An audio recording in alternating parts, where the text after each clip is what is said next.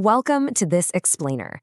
Okay, if you're a student pilot, or honestly, even if you've got a few hundred hours in your logbook, there is this totally fascinating and, yes, sometimes incredibly frustrating aerodynamic reality you've absolutely felt in the cockpit. Today, we're going completely under the hood to master the aerodynamics of coordinated flight. We're zeroing in on the very thing that makes your airplane actively fight you during a turn: adverse yaw. Think back to one of your very first flight lessons. You're cruising along, straight and level, and your instructor tells you to initiate a left turn. You confidently turn that yoke to the left, expecting this nice, smooth, graceful arc. But instead of turning left right away, you physically feel the nose of the airplane swing out to the right, the exact opposite direction you want to go. It kind of feels wrong, doesn't it? Well, today we're going to trace that exact physical sensation from the cockpit out onto the wings to look at the invisible forces at play, and then right back into the cockpit to show you exactly how to conquer it. Okay, let's dive into this. Consider this your pre-flight briefing. We're going to cover Section 1, the adverse yaw phenomenon. Section 2, why ailerons create unequal drag. Section 3, the solution, coordinated rudder.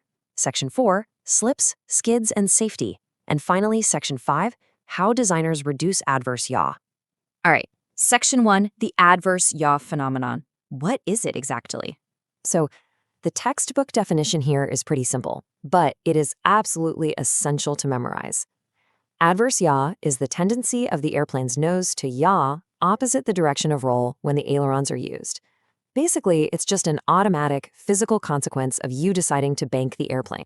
If we look at an airplane initiating a left turn, that green arrow is our intended roll direction. We want to go left. But check out the red dashed arrow at the nose. Just because we're deflecting those ailerons, the nose physically wants to yaw out to the right. And hey, the roll goes both ways. If you were to roll right, the nose would initially want to kick out to the left. Moving right along to Section 2, why ailerons create unequal drag. To really grasp the aerodynamics here, we need to zoom out from the pilot seat and look at the invisible forces acting on our wings. Let's move to and see how this builds through a sort of chain reaction. To initiate a roll, one aileron is deflected downward. That downward aileron literally changes the shape of the wing, increasing its camber and its angle of attack, which significantly boosts the lift on that side. But here's the catch. Generating more lift inherently generates more induced drag. That sudden anchor of extra drag pulls the airplane backward on that side, which is exactly what causes the nose to yaw opposite your intended turn. So if we're making a left turn, let's contrast exactly what's happening out on those two wings.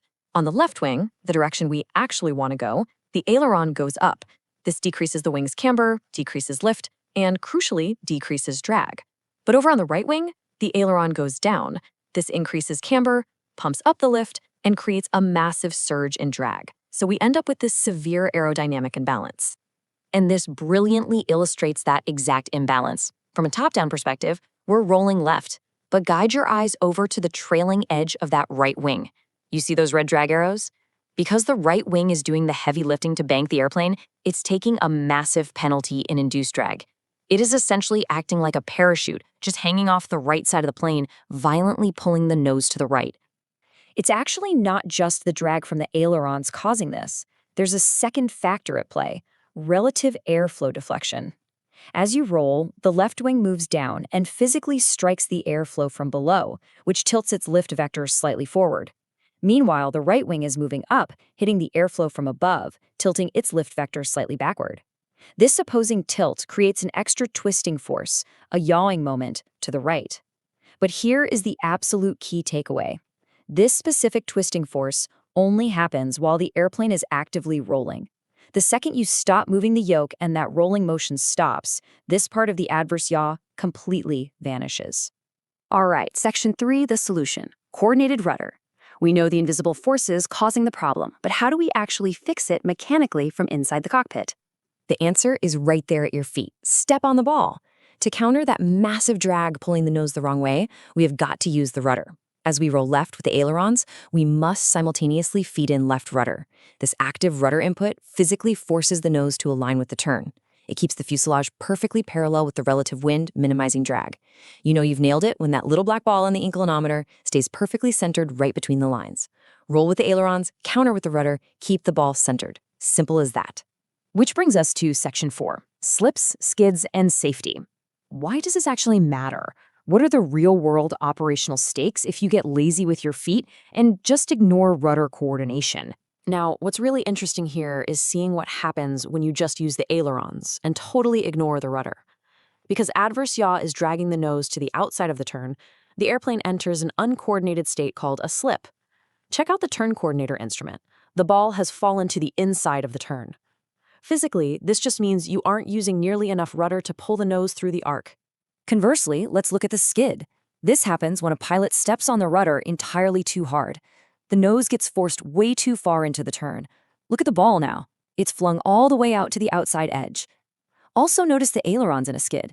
You'll often find yourself using opposite aileron just to fight the airplane's aggressive tendency to overbank. And honestly, this brings us to the absolutely most critical takeaway of this entire explainer. Uncoordinated flight isn't just sloppy, it can be incredibly lethal. Skidding turns are especially dangerous when you're flying slow, right near your stall speed. And where does that happen? Yep, right in the traffic pattern, particularly on that base to final turn. If you stall while skidding, the inside wing drops sharply, drastically increasing your risk of entering an unrecoverable spin at a super low altitude.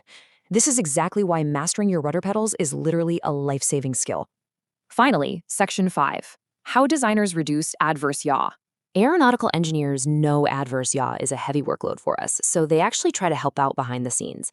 They've come up with a couple of clever mechanical designs to reduce this drag imbalance automatically.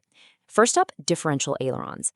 This is a linkage system where the upward-moving aileron deflects at a much steeper angle than the downward one, creating extra drag on the inside of the turn to kind of balance things out. Then we have Frise ailerons. Here, the actual leading edge of the upward-moving aileron dips down, protruding into the high-speed airflow below the wing. It intentionally creates a huge pocket of drag to help pull the nose into the turn. But, and this is a big but, even with these brilliant engineering tricks, the limitation remains. No design completely eliminates adverse yaw. You still absolutely need active, coordinated feet on those rudder pedals. Good pilots do not just turn the airplane, they coordinate the airplane. That right there is the ultimate goal of everything we've unpacked today. Turning the yoke, that's really only half the job. I want to leave you with a bit of a challenge. Next time you're sitting on the ramp, doing your run-up, look out the window and watch those ailerons moving. Knowing the invisible drag forces just waiting to ambush your wings the second you bank, how will you approach your next turn in the traffic pattern? Remember the physics, remember the extreme danger of a skid, and most importantly, step on the ball.